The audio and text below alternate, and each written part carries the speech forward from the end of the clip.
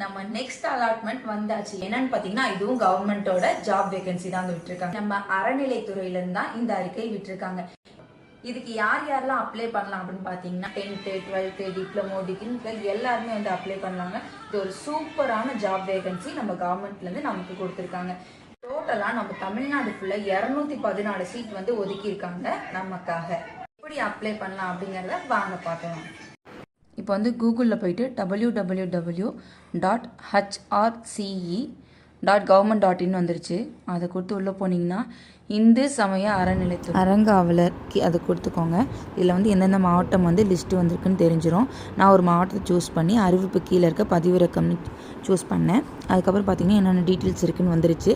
இந்த ஆவணமெல்லாம் நம்ம வந்து ஃபார்ம் ஃபில் பண்ணிவிட்டு வச்சு அனுப்பிடணுங்க. இல்லை உங்களுக்கு வேறு மாவட்டம் தான் சூஸ் பண்ணுறீங்க அப்படின்னா நிறைய மாவட்டம் வந்து போட்டிருக்காங்க. 214 உங்களுக்கு வேணுங்கிறத சூஸ் பண்ணி ஃபில் பண்ணி